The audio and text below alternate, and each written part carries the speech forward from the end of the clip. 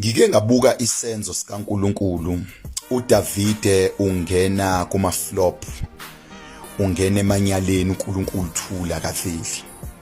Ngabuka uDavide evika imkhonto kaSawuli ecishe efa. Ngabuka uDavide ethi noma ngihambe egodini lethuzi lokufa uNkulunkulu uthuli nje, akakhathazeki futhi akumtatazelisi lokho.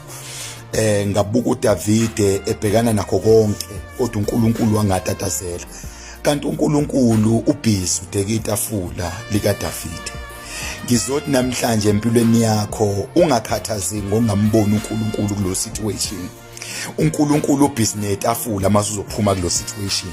uNkulunkulu uyazi ukuthi leso simo vele uzodlula kusona. Ungakhathazeki ngabantu abakubhalele phansi nabantu abacindezela. uNkulunkulu uyathi noma ucindezelwe ngeke uzufe, uzodlula ekucindezelweni kwakho. uNkulunkulu ubhizi netafula lakho. God bless you. Mile njalo yabathwala bakhe.